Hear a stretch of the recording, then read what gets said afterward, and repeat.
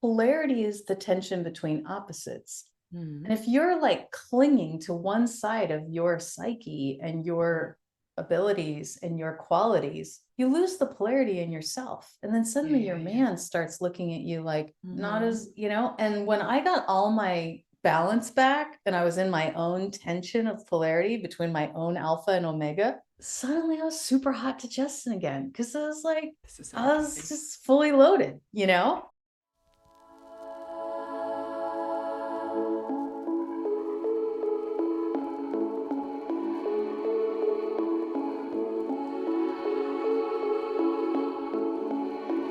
Hi, everybody, and welcome to another episode of the Deeper podcast. And today I'm joined by Londin Winters, and she is a sacred intimacy teacher and author of 2 books that I've actually got going here. The Awakened Woman's Guide to Everlasting Love. I bought this years and years ago, and I was like, whoa.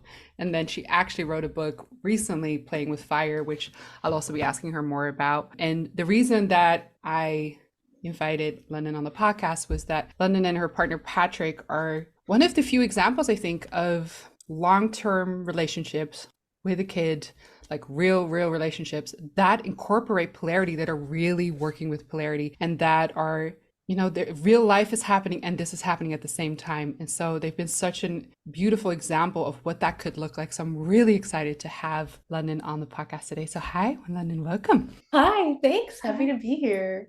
I'm so Yeah. glad you're here. Let's just dive right in. I would love to hear a little bit about your story because I know you speak very openly about it in the book, but what is kind of your story with femininity, with love, with relationship to where you got today, to where you are teaching this so powerfully? Would you like to share a little bit? Sure. My story is very sexually suppressed childhood. Grew up with very religious, nuns, the whole deal. Always have been like a very sexual person. Didn't know what to do with the like suppress it, Mm. came out sideways in so many ways. And then I transferred it to kicking ass in the world. And I became like the master manifester. I mean, like won an Emmy in my early 20s, Wow. just whatever I wanted to do. I had the Midas touch. I had like 6 different careers in about 15 years that I dominated all of them. It was, that sexual power, that Shakti is something else. And I just was putting it into alpha, I was putting into masculine mode. And eventually, like winning yet another award, I even became a fitness competitor and was like championship fitness competitor at 38, beating girls who were 22 in physique. I mean, I just literally like that Shakti. If I had one message, it's the power of Shakti. But standing there winning yet another award, I just was like, this is empty. This is kind of a wasteland. And I have all of these accomplishments, but I don't have deep love. I don't have the fulfillment. And so I went on a journey to find out where I had gone wrong. And I found sexual yoga. It had all of the answers for me. Long story short, became very dedicated practitioner and attracted Justin into my life. I attracted him into my life. He's 14 years younger than me. It wasn't really like a younger man thing because his consciousness is so huge. I really felt like I was with the biggest man I knew, even though he was so much younger than me. At the time he was dating 12 women. I'm not kidding. Like he just had this like rotating platter. All of them knew about each other. They were just happy to get a night, and that wasn't really my deal. I was like, at the time, sex is a living prayer for me. I mean, truly, like, even though I didn't become religious, like, I have a very deep relationship with my creator and the divine. And accessing the divine through sex is like my life's mission. It's the only thing I care about. So when this guy is like seeing all these other women, I just knew like I could do that aesthetic. I could like, untethered soul this one. But I don't want to. I don't want to. I want to have the deepest full body orgasm that I can only have if I know you won't just like walk out the second it's over. I wanted to have the aesthetic of deep, not wide. And so even though I met this like phenomenal man who rocked my world in so many ways, I walked away because I was like, listen, I want to go deep, not wide. And I'm not going to make myself wrong for that. And I'm not going to make you wrong for going wide. And Yeah. so I said, let's just go our separate ways. The love is thick. We're soulmates. There's no doubt about it. But I'm doing sex as a living prayer. And every time I feel other women on you, it's like something's not available for me, and I don't want to go rehab that. That's just how I'm going to be. And I'm going to own it, and no big deal. Yeah. So we split up, and I really didn't even make him wrong. I wasn't a victim. I just trusted my path, went on my path, and he ended up coming back and being like, all right, I sowed a lot of other oats, and like, there's just no depth available out there. And I feel depth with us. And he said, I'm all in. Wow. Well, and then of course I had my next challenge, which was how to trust him again. Cause that was a lot that I went through. And so I brought my practice, and I softened into showing him, like, I didn't like pry myself open, even though my warning bells, I was like, all right, but just so you know, I'm going to have to like rebuild my trust here, and we did it together. And he has just rocked it ever since. And that was over a decade ago. Wow. Then we had a baby. We had a surprise pregnancy. I was 47 and I thought I was in menopause. Turns out I was pregnant. We delivered it when I was 48 at home. The whole birth, Justin breathed me like tantric practice. So we basically gave birth to this kid together for 24 hours of labor. Wow. And yeah, we've been keeping it alive. We keep, playing with fire really means like keep the pilot light alive under all conditions and circumstances. And so she's 5 and we've been doing it for her whole life and our whole life before her. And I'm just happy to talk about it because there's nothing like, having a trust container that's so big and wide. The only excuse there is not to open is yourself, and so I just love talking about it. And that's really what our book is about, playing with fire. Thank you so much for sharing so much of your story. This is going to sound like the most ridiculous comparison, but my listeners know that about 8 months ago, I got a puppy, and it was just a puppy, but I don't know if you've heard of the puppy blues. It's like, normally it happens in month 2 where you're like, what did I do? This is so intense. I had it on day 2 where I was like, this is so intense. This is crazy. And it was the hardest 6 months ever. And I saw the switch happen between me and my partner at the time of just, we are not connecting. We are only in the practical, in the exhausted, in the overstimulated, overwhelmed. We didn't have a crying baby. We had a barking dog that would bark at me for like 8 hours and just wouldn't, his nervous system wouldn't settle. And we had angry neighbors and whatnot. I'm not saying it's the same as a kid, but I had a taste of, the shift that happens in a relationship of just going into the practical, going into the structure, into the household, into who does what when, and both being exhausted and overwhelmed and stressed out, and no intimacy, no connection. You just become managers together. And especially as a woman, as the feminine, like, I noticed I was drying up quite literally in every way, shape, or form because I wasn't connecting to anything juicy, anything watery. Couldn't feel my body anymore. Couldn't feel my eros. There was nothing. Couldn't access it if I wanted it to. So again, for anybody listening, I'm not saying this is the same as a kid. I can only imagine it's so much worse. But your story of what you've cultivated with your partner is so powerful because wow, you're doing that while having a family, while running a business together, while doing all of that. Could you maybe give us a bit of an example of what that looks like? Like, what does a daily life look like? Like how, because I'm sure you also have like who does the groceries and who's doing this and who's totally. Yeah. And I'm doing the kind of parenthood that's like the harder road.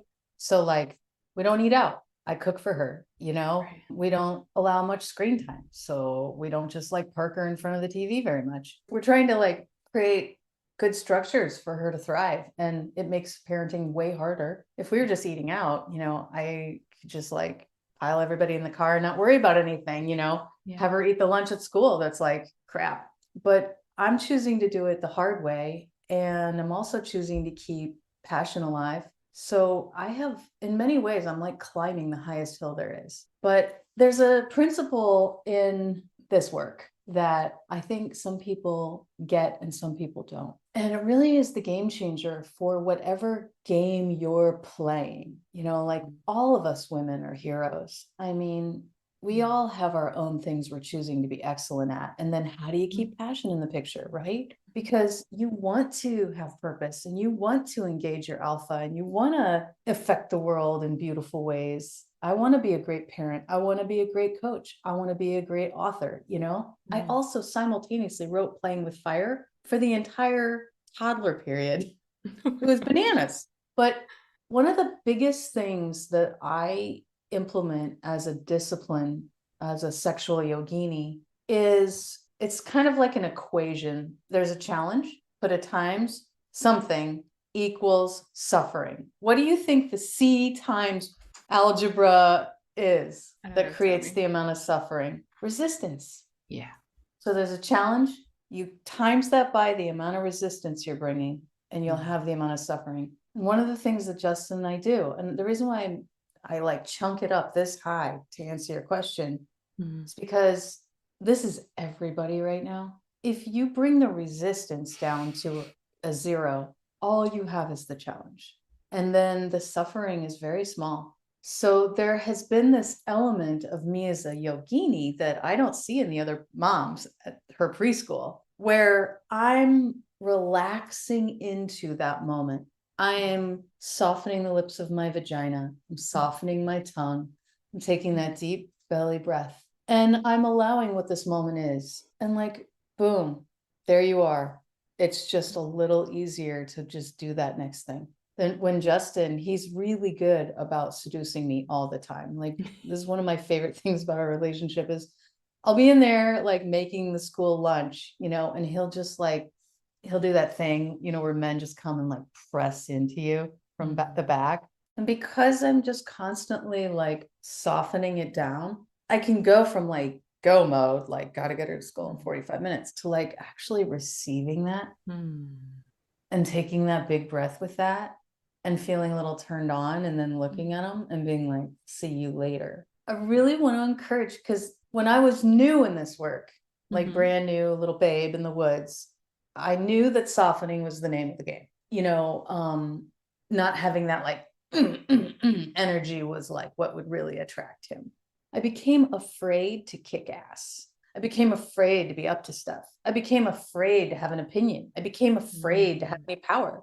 I became afraid of one whole half of myself, And I got a little sick. Like I had a divided heart. It was like I was developing all of this like surrender, but like my get up and go, my like, I'm here to change this world, really got lost because I was afraid of it. And that was a sickness that I had to cure in myself. When I did, it was so much sexier. This is my message.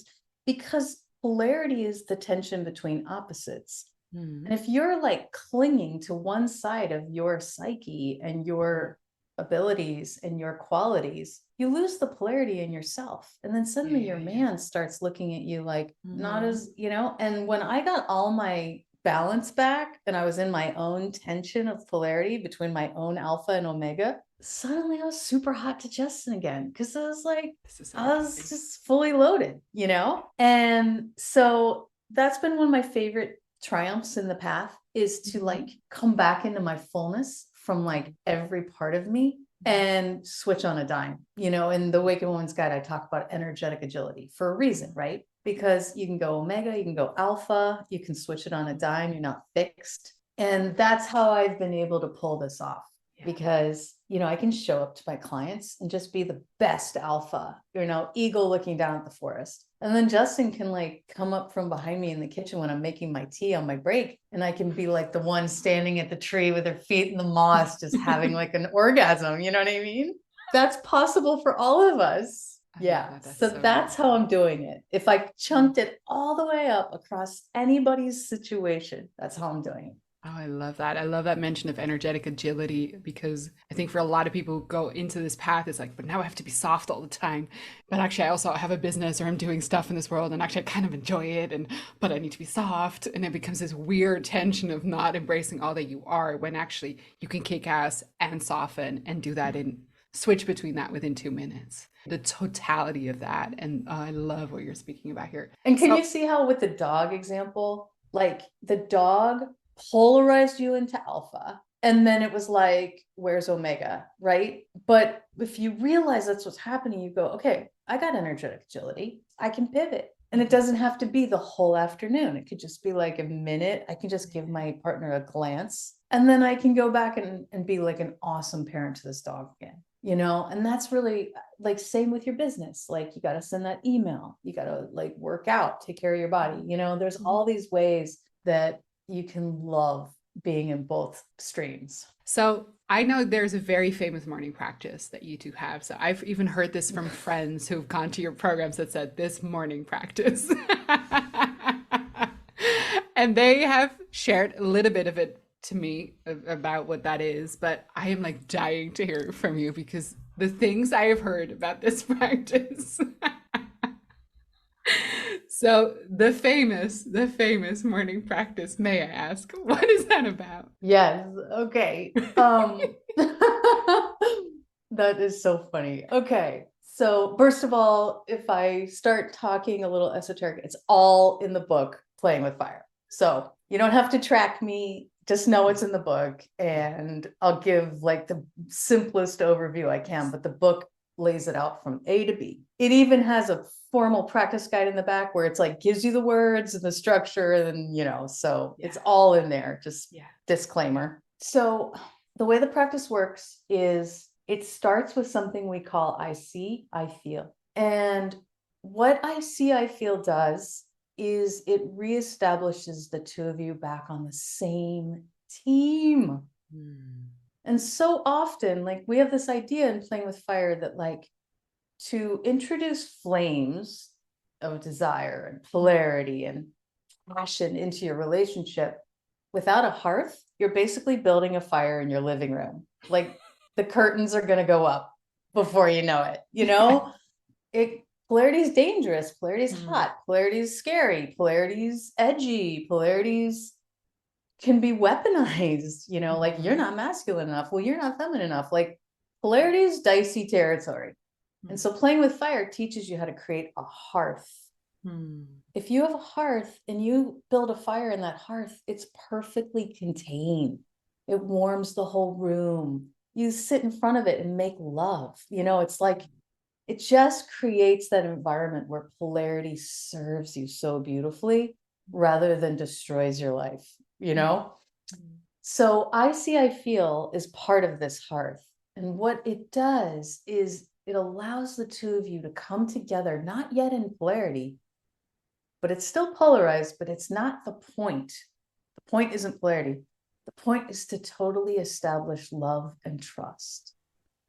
And so this practice perfectly sets you up. No matter, you could be fighting, you could be repelled by each other, you could be alpha butting heads over the dog, over the kid, over the business, you know, whatever it is. You could be omega, where it's like, you last night, once again, you ordered takeout, you binge watched Netflix, nobody felt like fucking, you know what I mean? It's just so like water meets water. But you sit in this practice and you do the I see, I feel, and immediately you're back on the same team. And then inevitably, polarity begins to rise on its own in that container, because what creates attraction is trust.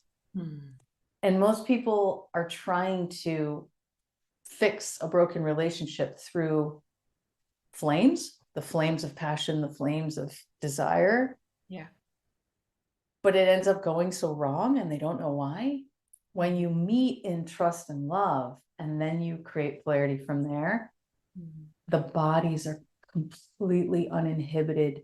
The merger is, you know, that merger where you just can't get them inside of you deep enough. The devotion, you know, it just builds all of these pieces to have this perfect connection into the depths of union. That's the morning practice. So you create a time to formally practice. It doesn't have to be a morning practice, by the way. Lately, Justin and I've been doing it at night. When we were at the point of the book, we wrote it, we did it in the morning because who knew what time our 2-year-old was going to go to sleep, you know what I mean? Or how many times I would get called into nurse or whatever.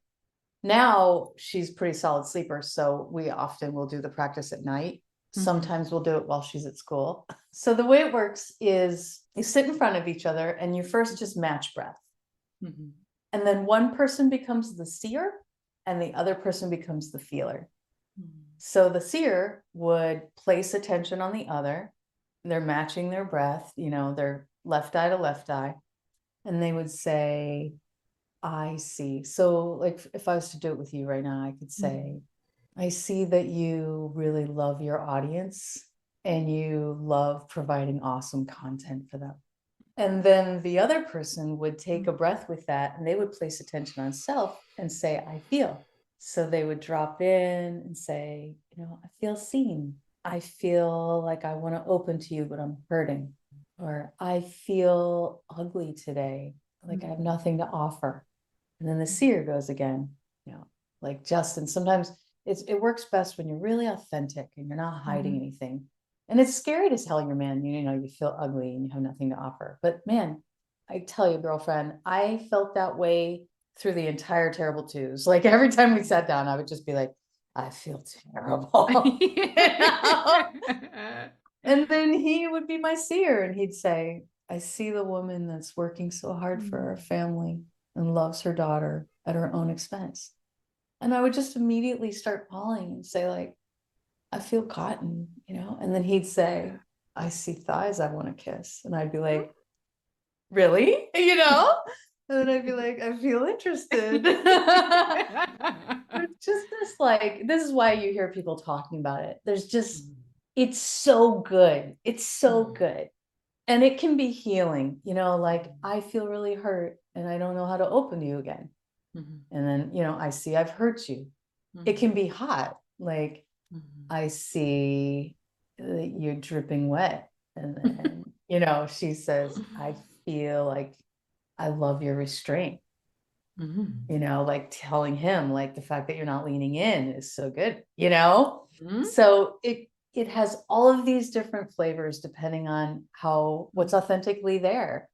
But oh my God, everybody's using it in all these different ways. Like I even had another client who they just would go on a walk and they would, rather than having some mundane conversation that felt like crap, they would do an I see, I feel. And she's just getting all juiced up and he's just like landing in consciousness, observing her, and feels awesome. Oh my gosh. Even just hearing you talk about it can just feel this like core desire of like, oh my gosh. Yeah. That would just be such deep nourishment to my soul to be spoken to like that, to be seen, and to just have the space to only feel and not to have to give anything back or anything. I'm sure a lot of women listening to this must be feeling that like, wow, that would be such a gift to receive that. I could imagine how that gets the juices flowing and the connection back because there's nothing else I need to do but to feel myself. Absolutely. And also there's a structure where you have to unfold because so often women are expected to like find that turn on and like jump right in, and you get to like be seen, just like be seen. I mean, by the end of it, you're just like ready to pounce. You know what I mean? It saved me in our last argument. Like we connected in such a sacred way and we came back together, like both of us feeling like heard and seen and loved and considered. It's hot as hell when there's nothing going on. It's just totally hot, and then there's all this restraint because he doesn't like go forward towards you. And so you can just feel yourself heat up and you find levels of turn on that you maybe hadn't felt in a long time because you just needed the time. And there's just so many things about it. That's why people are talking about it. Yes. Yes, highly recommend it. Highly recommend it. By the way, I do want to say, because I do this all the time, and I give it to all my single clients, which is do it in the mirror to yourself. I saw that in the book. I was like, okay, I'll do that. Do it in the mirror to yourself. And the reason why is your inner marriage between Alpha and Omega is going to absolutely dictate the outer. So like if you feel like you're attracting guys who are super critical, you'll sit down in the mirror and you'll do an I see, I feel, so it's literally like you're looking in the mirror and you start with the eagle looking down at the forest and you say, I see. And then pull your attention in and feel, and then say, I feel. And then your seer here's your feeler. Mhm. And in your feeler, here's your seer. And you're like dancing between these two things. Mhm. Well, what you'll notice is if there's a bunch of critical guys in your field right now, you'll notice that your alpha is very critical and it will get woken up by like your omega will say, like, I feel ouch. I feel hurt by what you're saying. I feel, don't tell me to brush my hair, like, because the critical come in, right? And then you clean that up. And then you notice that the guys who circulate around you start shifting. So I'm always telling women, like, your inner marriage creates your outer marriage. Clean it up, polish it, make it beautiful, have it be like a tango, have it be deep fuck, you and you. And then you'll just notice everything's better. And I do this in relationship all the time. It's usually the first place I turn before I like pick an issue with my man. That actually brings me to a really good question. I love this, like being in the I feel zone and getting to deepen that. I think there's a lot of shadow pieces in that for a lot of women. Maybe we don't even really feel very well what we're doing, but we're also, and you describe it so well in your book, we are weaponizing those feelings and we don't even realize we're doing it. I don't think this was in your book, but I read it somewhere else of like the blame cry. Like I can cry at my man, but actually I'm blaming him through my tears. And I'm like, why aren't you consoling me because I'm crying? But actually, and he's like, there's something about this. I don't want to be around that. So can you talk a little bit more about how we can feel from a healthier place, and especially in this like connection with our partner, and how we can show up? I think you call that sensitivity, of like how can we bring more of that healthy sensitivity to our feeling? It comes down to defenses. The truth of the heart awakens consciousness. Anyone who's been involved in this work for more than an hour knows that, right? Like the truth of the heart awakens consciousness. Yeah. When we're in the truth of our heart, undefended, right in that deepest, most tender part, the one that's probably going to make you feel really vulnerable, possibly pathetic. I read a lot of stories about this in the book about my practice. I feel so pathetic 99% of the time because I'm just like laying it out there. Yeah. But I'm laying it out there without like being bulletproof, being sassy, being, a little guarded with my edge, all of that isn't the truth of the heart. And so it doesn't awaken consciousness. It just amounts to like complaint, criticism, division, separation between you and him. Whether you found your deepest, most vulnerable truth based on whether he awoke. Because when you have that sort of truth, it just slices his defenses too. He might not handle it well. He might, because when a man realizes genuinely how much he's hurt the one he loves, sometimes he will collapse and like go into his cave. And so you'll think like, oh man, that didn't achieve like the connection I wanted it to achieve. But inevitably he'll come back and he'll just say, I'm so sorry I hurt you. Or he'll just resolve to do better. And so sensitivity is interesting because we can think we're being sensitive, but we're actually being guarded, defended. We're like going to anger when what we really feel is sad, or we're going to sad when what we really feel is anger. We're pretending to be weak when we're actually power, or we're pretending to be power when we're actually weak. Sometimes we have a no, like a boundary. And because we're swallowing our no, we're losing our yes. And then we want him to be a mind reader and figure it out for us. So there's all these different ways that you can kind of think you're being this fully sensitized woman, but you haven't actually felt the thing that you're afraid to feel. So how do we know, or how do we change that? We know because he's not waking up. How do we change it? And we talk about this in the book at length. It's the full feeling breath into the belly. The willingness to take a full feeling breath all the way into the belly. That breath is going to wake up the feelings that we haven't been wanting to feel. And it's those feelings that change everything with our man. And so there's this element of like snowball to hell where it's like we guard ourselves, we hide what we're really feeling, we show some other feeling. He doesn't respond. It makes us more mad.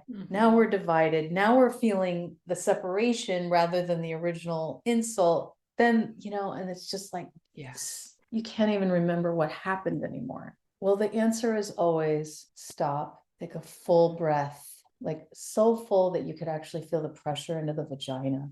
And then a 7-second sounded exhale, hand on the heart. And then no surprise here, I feel. Oh, I love it. That's so beautiful. I love what you touched on there, that we know when we've hit the truth of our heart, because it opens him, right? He has a response to it, and every time it shuts him down, it's often also a reflection of us not speaking the truth of our heart, because he's so good at feeling that. I saw you write in a post that to treat your partner as your guru, and I often like to teach about that men are oracles too. They have an oracle for us. And we always talk about women as the oracle, but there's a truth that happens through the masculine that we don't hear and we get to receive from him. So can you speak a little bit more about like treating your partner as your guru? Because I love that concept of that level of devotion almost. Absolutely. I love what you're saying because, first of all, I just want to acknowledge your teaching in this because it's so true. Yeah. When we talk about your partner as your guru, one of the things we mean is that, Justin and I teach a lot, right? And we lead a lot of workshops and we write books. It's very important to us that we don't become your guru. Your partner is your guru.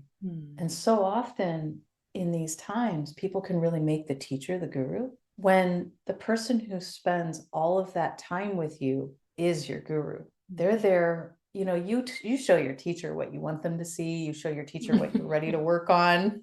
You show your teacher your best practice. Your partner sees you in your most like mask off way. And when you begin to honor your partner's experience as a reflection of your practice, now you're really doing the real work. Now, that doesn't mean you give over your sovereignty to your partner. You let go of your boundaries. You put them before you. It doesn't mean any of that. What it means is you're in a two-body practice with your partner. Your partner can see you better than you can see yourself, just like you can see them better than they can see themselves.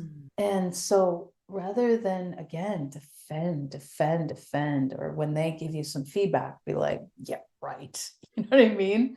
To really take in, am I opening my partner or closing my partner? And let that be all the teaching you need that day. People spend so much time like running after the next practice, running after the next nugget, running after the next miracle cure. But all you really need to do is ask yourself, am I opening or closing my partner? And remember, sometimes opening your partner will look like you bringing a fierce no, a wake up no, right? Other times it'll look like you softening into your own vulnerability. Other times it'll look like seducing them a little bit, kicking up the polarity. But all of the information is in that relational field between you and your partner. Related to that, I struggle with that, and I think a lot of women struggle with that. Like, how do we, when it's on the other side, how do we become his oracle and not his mother or his therapist? Like, what's the difference there? Because I think you were writing something about when a man is brooding, which I thought was a great story of like what to do when a man is brooding. I'll get to that in a second, but you said something in there of like become his oracle, not his therapist or his coach or whatever, while still building him up. How do you feel like that difference? Because it feels all very close to each other. It's a great question. Let me just drop in with this to find the concise way of saying it. Remember when I talked earlier about inside of trust, everything opens? The answer to the how do you not become his mother or his coach or his therapist, but his oracle, it has to do with this trust piece. So you might be like, what does trust have to do with that? Do you trust him to handle his own struggle? Yeah, that's it. That's it, right? If you do, you don't need to fix it for him. You don't need to give him the insight. Like the coaching is like, he's blind. Let me just tell him what's going on and then he can get this fixed. There's also the element of mommying him and coaching him that is self-serving, which is, I just want my man back as soon as possible. So I'm just going to speed this up. But look at what's underneath that. I don't trust him to get it in the timing I want him to get it. So I'm just going to fix those pieces for him. It never works. It never works. What works is to trust him and see how you can then bring everything about you, your inspiration, your muse, your sexuality, your oracle, your wise woman, right? Just because we are trusting him doesn't mean we don't add something in. Just because we are like his divine lover doesn't mean we can't see well. Like you could look at your man and you could say, I see you feel like you've lost your purpose. Now he's going to be like, but you haven't like jumped in there and been like, this is what you're really good at. And you should be focusing here. I mean, all of that's Mm-hmm. just going to destroy polarity. Mm-hmm. It's going to like turn you into like his unpaid coach, you know? Yeah.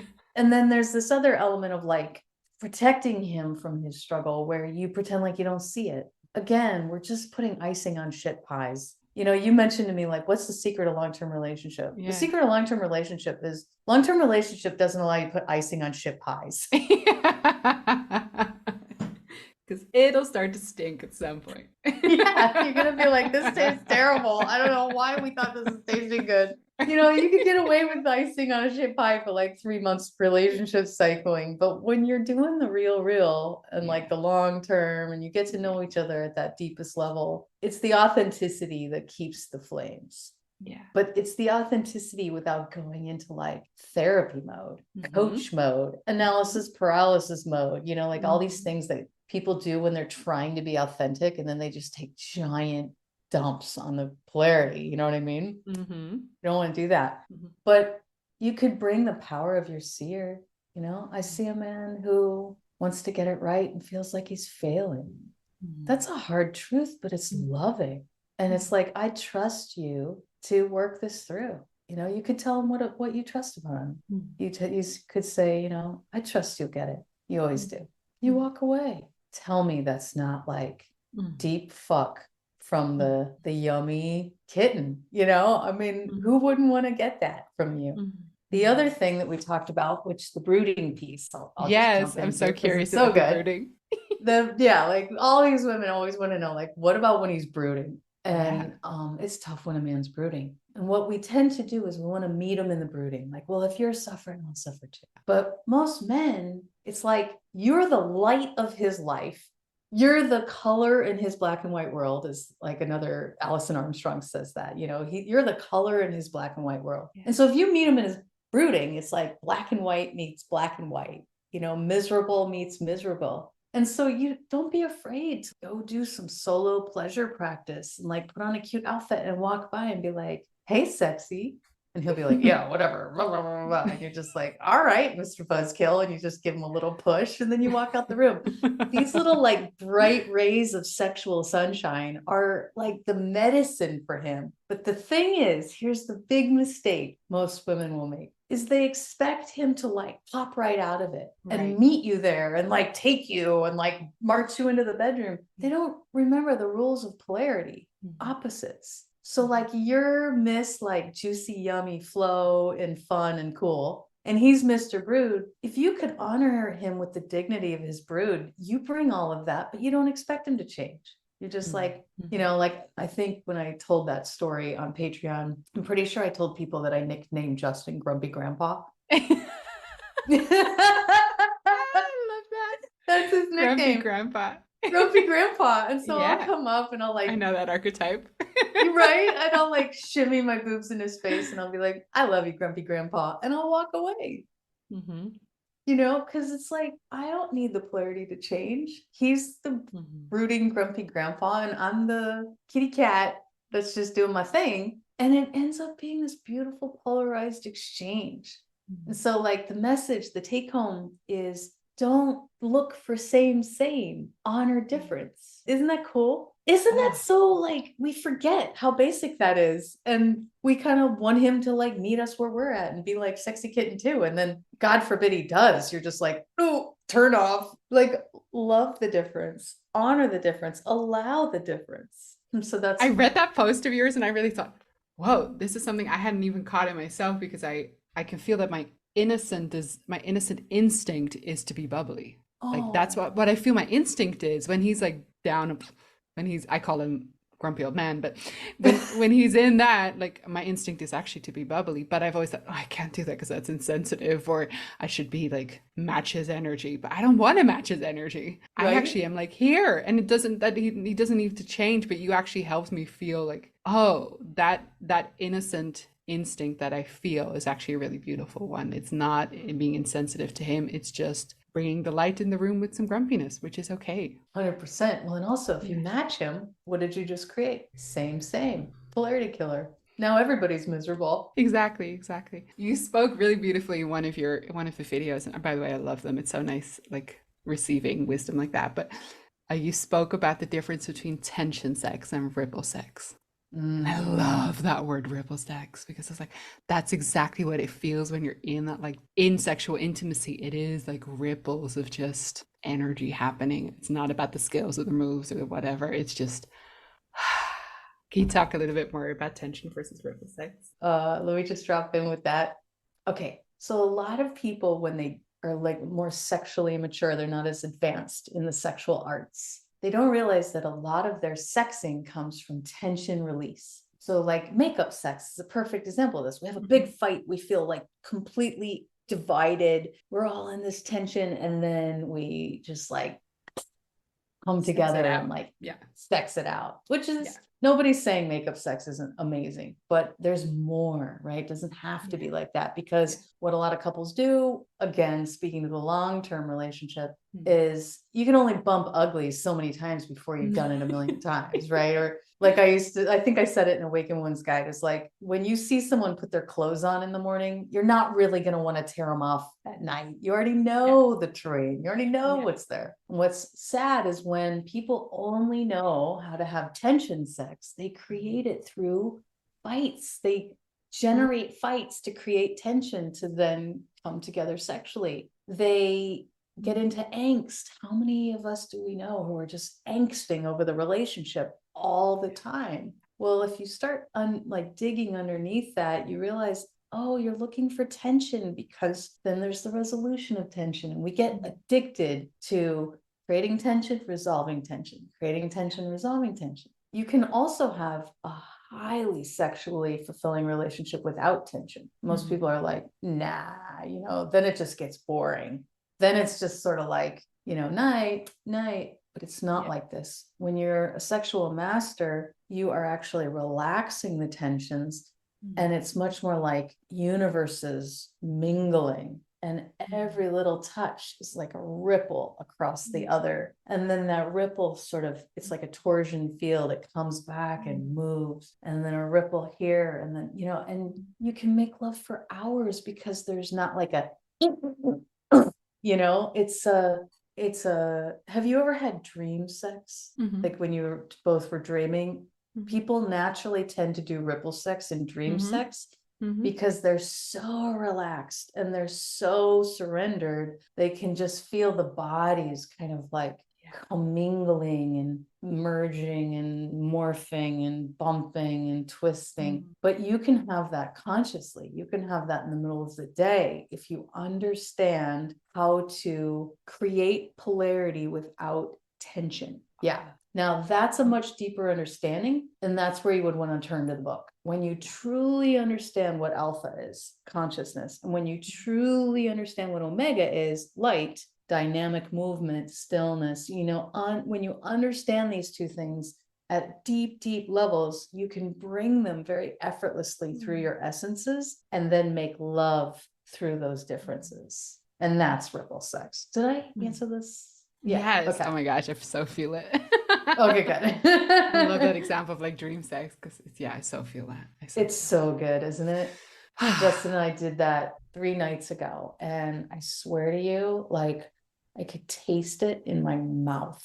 Like to me, that's just so important for every woman to know who's like wanting long-term relationship, because you don't have to be afraid of harmony. You don't have to be afraid of best friend vibes. You don't have to be afraid of getting along perfectly, because it doesn't necessarily mean the end of the sex. In fact, it can mean sex that is hundreds of times better than tension sex. What I am hearing from you, though, is that you are both very intentional about creating spaces where you are cultivating the fire. That you are both very intentional about creating spaces, creating moments where you connect, where you create the fire together. Yes and no. Yes, for sure. And I talk all about that in the book.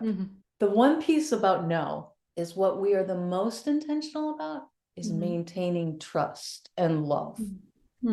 Because polarity naturally arises out of trust and love. Yeah, I love those two. And when you get that confused and you like try and maintain the fire, you'll find yourself like, that's when you fall in the trap of like, uh-oh, will I turn him off if I have an opinion? Or like, if I'm in my mission, am I going to be invisible to him?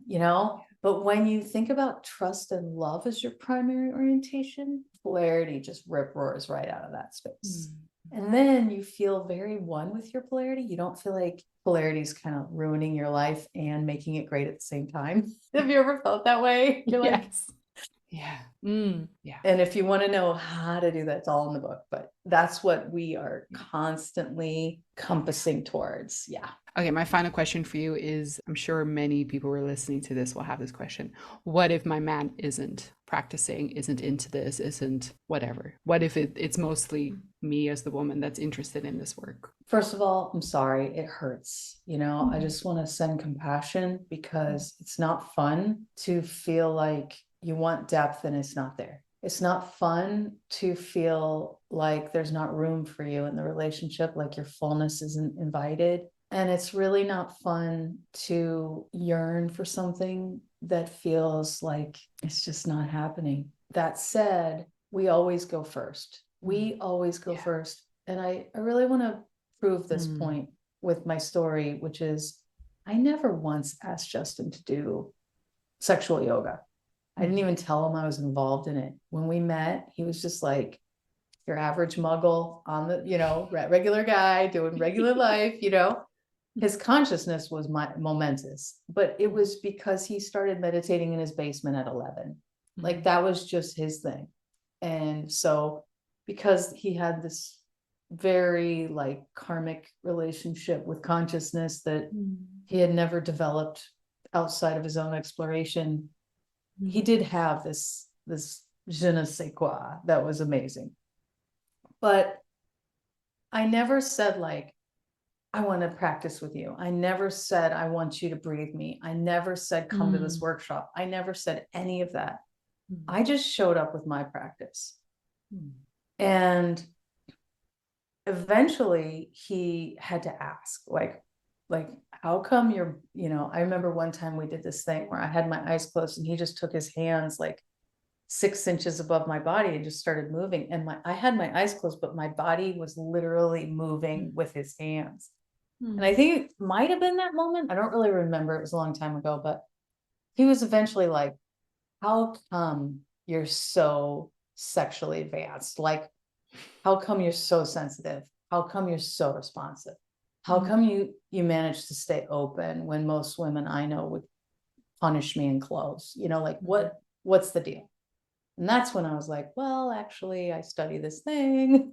The reason why I bring this up is because I firmly believe that if I had said to him, I need you to practice with me, or if I had like pushed it, he would have never had the relationship with it that he has today, because it would have been my idea. Instead, it was his idea. And now he's a teacher of it because he was able to step into the work of his own accord. Now, you might be like, okay, but that's just you guys. But it's not, because I've been working with private clients for a very long time. I've had so many women. One woman in my last round had a particularly obstinate man. He wanted nothing to do with the work.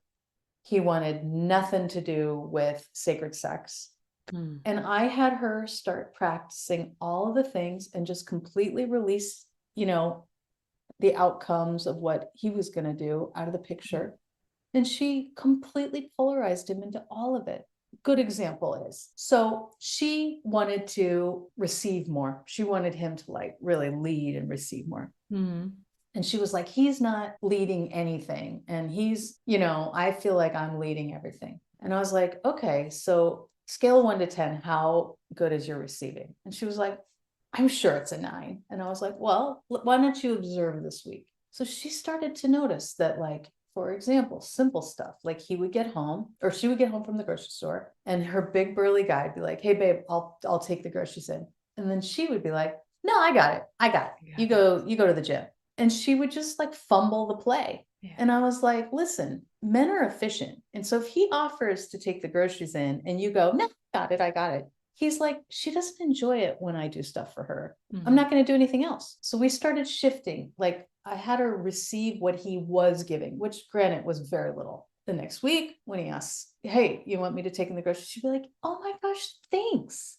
And then she would enjoy, go into the Yeah. feeler of like, how good does it feel? And he started to notice. And I swear to you, Sophie, he started upping the giving. Of course. Because she was like so fun to be around when he was giving. Yeah. And so many things shifted for them. Their sex life naturally erupted without her asking for a single change. He just needed to feel like there was a space for him to penetrate. She was receiving what he was offering. And then he naturally, and I mean, he wanted nothing to do with, like, I offered for him to come into her mentorship. He wanted nothing to do with it. But just by her fixing her side of the street, it was like fun for him to play, and he started playing full out. Oh my God, I love this story. Yeah. And so I would always say, like, I know it hurts, and I know all you want to do is just fix it and just tell him, get him, read the book, do the practice, breathe me, whatever. Breathe me. Where's your breath? I'm suffocating over here. You know what I mean? But what I want you to do is receive what's here. So for example, let's say he's not breathing, he's breathing at a 2 out of a 10. Start receiving his breath and showing him like, oh, it hurts. Go back to those feelings that wake up consciousness, rather than making it about a practice, which is like, you suck at sex, let's teach you how to do sex. Yeah. Make it about the moment. Bring your part. Ask for more. Don't make it a thing. Just do it. You know what I mean? I've never had a client that didn't have radical results. I even have another client. He didn't want anything to do with marriage. They're engaged. He's all in. She just started receiving where he was at. She didn't tell him what to do. And that was like something he wanted to bring, but she had to get out of the way. And isn't so much of the feminine practice just about getting out of the way? So I really want to say, I'm sorry. I know it's awful. Have a good cry on your own time. Do the I see, I feel in the mirror every day to just like feel some sort of practice is present in your life, but then receive where he's giving and see if that doesn't shift things. Oh my gosh, I love that. That was really something that shifted my previous relationship, where I had to shift out of that too and receive him as he gives, not as I thought he should be giving, not as there should be more, but just really what was there. And everything changed. How did it change? Like, what changed? Like, did he start getting a little more enthusiastic about giving? I could feel that his nervous system went from like, I'm afraid I'm constantly doing it wrong, towards, oh, I'm appreciated here. That feels good, right? Like it was literally great. That I could feel the like towards, oh, I'm appreciated here. And I love seeing her light up because of me. And did it feel phony on your part, or did it feel authentic? Yeah. See? It's authentic, right? Because you were genuinely receiving. Yes. Because I think some women hearing me say this might think like, well, that's so phony. But it's not. Not if you do it like genuine receiving of what's here. And you don't have to fluff it up more than that. It's just genuine receiving of what's here. Yeah, it's literally like carrying the groceries. You think, oh, that's like simple, whatever. But like, oh my gosh, isn't that so nice that he wants to carry your groceries? Thank you. Yeah, and then you can walk behind him and be like, damn, does your butt look good in those jeans? Yeah, you're so strong. Yeah. Exactly that. Thank you so much, Londin, for today. Thank you so much. So fun. I loved all your questions. You just brought up all the juicy bits. I was preparing those, like, these are some good questions. I'm excited. Getting all worked up by myself. If people want to work with you, want to be in your world, I know you have a Patreon going on. What's obviously get the book, highly recommended. And it's what I said earlier. It's so well structured. I love that. Like it's so, it makes it so good to understand. Is there? There's an audio book. Yeah. So if you're not like, if you love to just drive around and listen to good stories, the audiobook. The Patreon is a monthly women's group. We also have couples, and then there's a men's group. So if you really want to kill Polarity, you could send your man to the men's group. Here, go. Like, if you're gonna tell him what to do, that's that's the only thing you could do.